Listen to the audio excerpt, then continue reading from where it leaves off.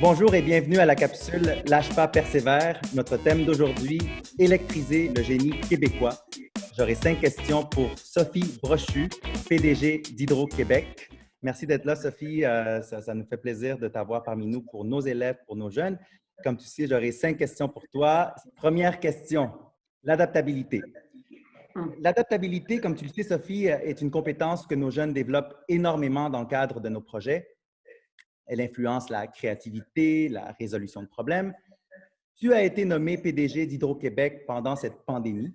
D'ailleurs, il faut le souligner, tu es la première femme à diriger la plus importante société d'État du Québec. Comment t'es-tu adaptée dans ton nouveau rôle et qu'est-ce que les jeunes peuvent apprendre de ta nouvelle expérience? L'adaptabilité, c'est ce que j'appelle, moi, une posture mentale. Devant le changement, on a deux forces qui nous habitent.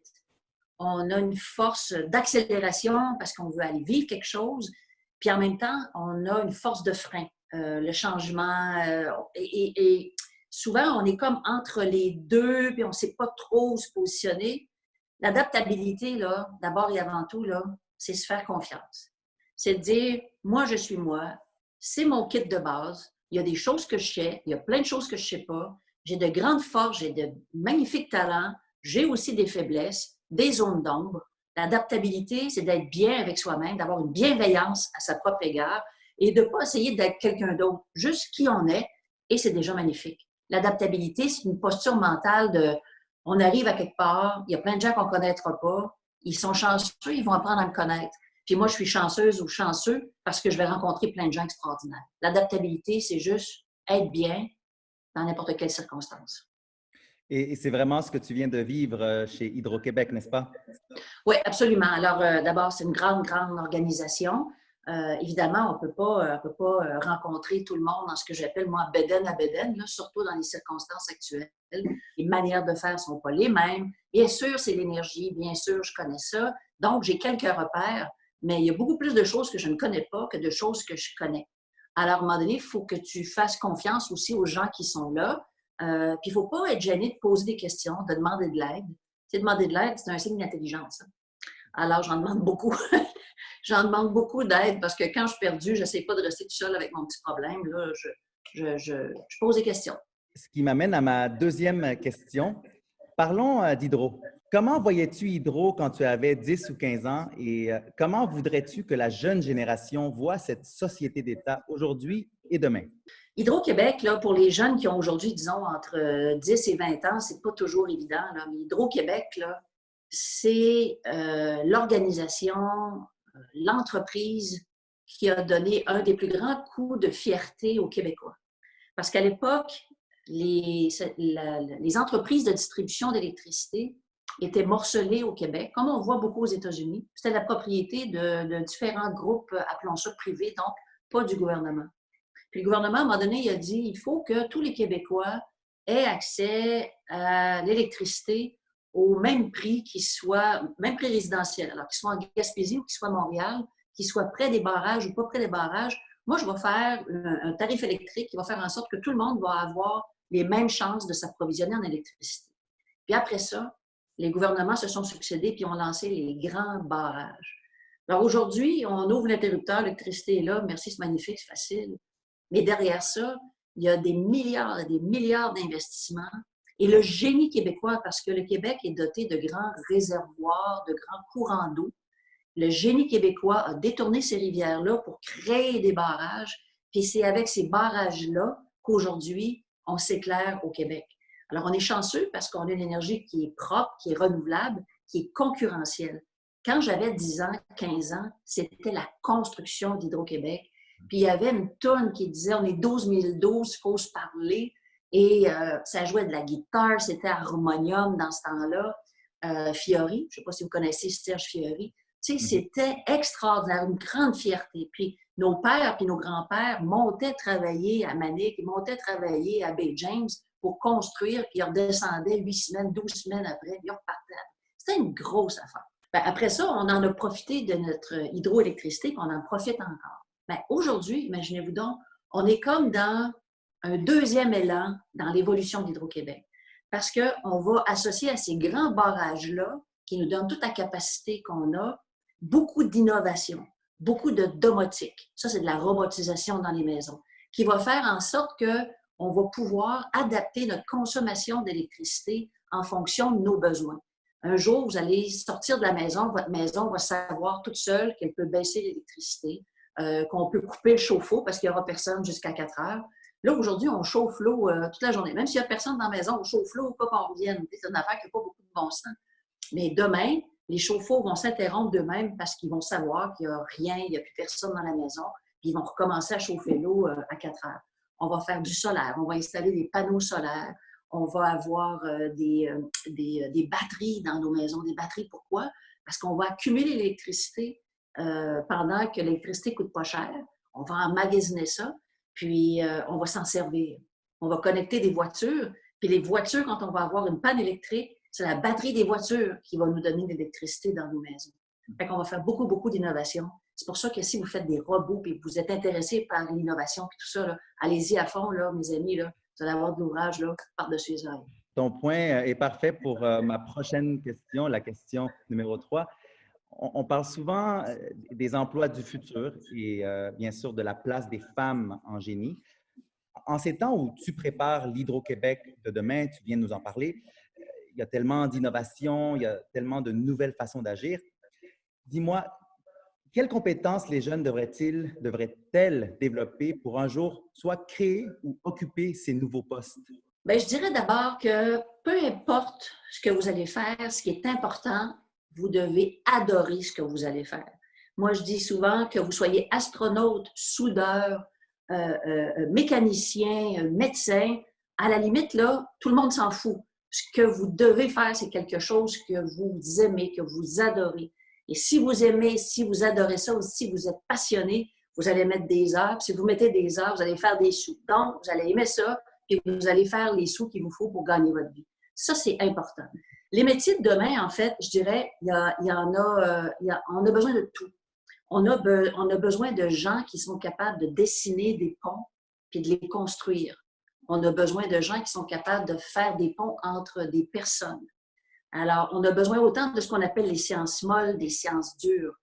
Il y a par ailleurs, compte tenu de la mouvance actuelle, beaucoup de besoins en domotique, en numérique, en sciences, en technologie. Et ça, qu'on soit un garçon ou une fille, on a tout ce qu'il faut pour le faire. Hier, la domotique, la robotique, le génie, c'était quelque chose qui était compliqué. Puis, tu sais, c'était presque théorique. Aujourd'hui, c'est hyper pratique. Vous le voyez, c'est partout dans nos vies. Donc, je répète, faites quelque chose que vous aimez. Allez-y à fond. Étudiez ça avec des amis. Posez des questions. Si vous voulez être un spécialiste en domotique, appelez quelqu'un qui fait de la domotique. Dites, moi, j'aimerais ça, voir ce que ça veut dire, comment vous faites ça, c'est quoi votre métier, est-ce que je peux aller vous parler? Tout le monde va vous dire oui. Il n'y a pas personne qui va raccrocher, qui va dire non, je n'ai pas le temps de te parler. Alors, demandez à rencontrer des gens qui font ce qui vous intéresse, puis vous allez voir si ça vous intéresse vraiment. Et je pense qu'avec tes conseils, on va pouvoir inspirer davantage de filles à étudier ou à se lancer dans des carrières liées au génie, n'est-ce pas? Ben oui, absolument.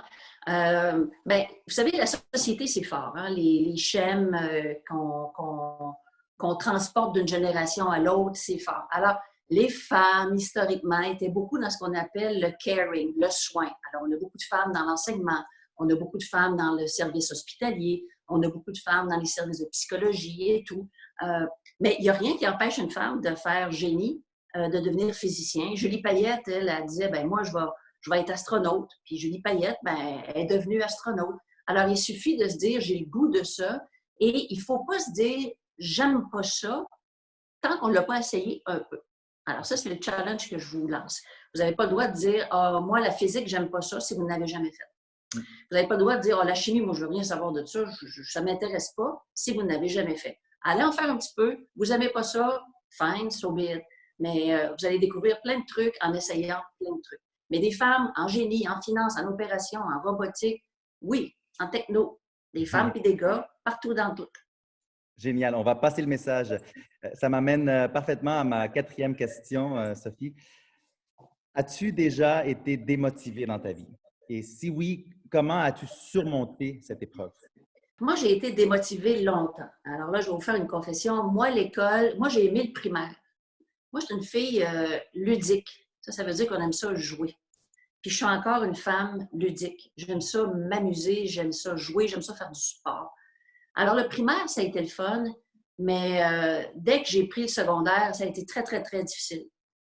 Très difficile. J'ai détesté l'école tout du long. Tout du long. Puis souvent, j'ai voulu arrêter l'école. Je comprenais pas. Je comprenais pas à quoi ça servait. Je comprenais pas. On disait on aurait dit que je j'ouvrais des livres, que je lisais des chapitres, mais que ça n'avait pas rapport un avec l'autre. Mm. Puis un jour, j'ai eu un déclic, puis je me suis rendu compte que tout ce que j'avais appris avait un sens. C'est comme si ça avait tombé de soi. C'est comme si les morceaux étaient tous tombés en place. Puis là, tout à coup, j'ai découvert pourquoi j'avais fait tout ça, pourquoi j'avais fait des maths, pourquoi j'avais fait du français. Pourquoi. Et là, je me suis mis à m'amuser avec ce que j'avais appris. Et si ça n'avait pas été d'amis, de parents, de gens qui m'ont dit « Non, non, non, là, c'est le fun, les travaux, puis travailler l'été, là, mais il faut que tu retournes à l'école. » Puis moi, j'aimais ça avoir des sous. Pas pour dépenser en folie, mais je trouvais ça le fun d'avoir des sous. Puis j'en donnais à mes amis, puis je m'achetais des trucs. Fait que quand j'ai commencé à travailler, j'avais 15 ans. Puis là, je trouvais ça très le fun, moi, avoir des sous dans mes poches. Fait que quand est arrivé le mois de septembre, j'ai dit à mes parents, je ne retourne pas à l'école. Ils ont dit, tu retournes à l'école? Non, je ne retourne pas à l'école. Tu vas retourner à l'école. Et si ça n'avait pas été deux, ça aurait été difficile. Fait que je comprends très bien, moi, qu'à un moment donné, on se dise, hey, l'école n'est pas faite pour moi. Bien, c'est vrai que l'école n'est pas faite pour tout le monde de la même manière, mais il y a un petit bout à l'école qui est fait pour toi. Puis c'est ça qu'il faut que tu trouves, le petit bout qui est fait pour toi. Puis comment toi, tu peux trouver ton intérêt à l'intérieur des cours qu'ils t'ont donnés. Fait il y a les cours, puis après ça, il y a toutes sortes de manières d'aller chercher des expériences avec des ateliers, en jouant au basket, en faisant des robots, n'importe quoi. Faire plein de choses, pas faire juste une affaire, pas rester chez soi, attendre qu'il se passe quelque chose. Ça n'arrive pas. Fait qu'il faut aller à la rencontre de gens comme Gabriel avec ses ateliers qui peuvent enrichir notre vie et nous faire faire des affaires tripantes. Et merci d'ailleurs d'en faire partie. Et tu vois, je pense que tu as un peu répondu à ma 5e question. Si tu avais la chance de parler à un jeune ou une jeune qui est démotivée, que lui dirais-tu en quelques mots? Je dirais que tu es une personne merveilleuse, que tu as en toi d'immenses possibilités et qu'il y a un bout qui t'appartient de te lancer, de prendre des chances, de sortir de la maison, d'aller voir ce qui se peut. Et quand tu vas découvrir qui tu vas être renversé de tes capacités et de tes possibilités. Ça va être merveilleux pour nous tous, pour le Québec, parce que tu vas pouvoir contribuer et nous aider à aller encore plus loin collectivement. Il faut tous et toutes qu'on mette notre petite épaule à la roue. Des fois, on dirait qu'on est fatigué, qu'on n'est pas capable. Non, c'est juste qu'on n'a pas trouvé ce qui nous stimulait. Continue de chercher. Tu vas trouver. Merci infiniment, Sophie Brochu.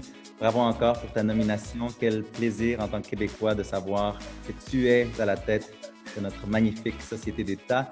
Et je pense que tu vas inspirer plusieurs jeunes, garçons et filles.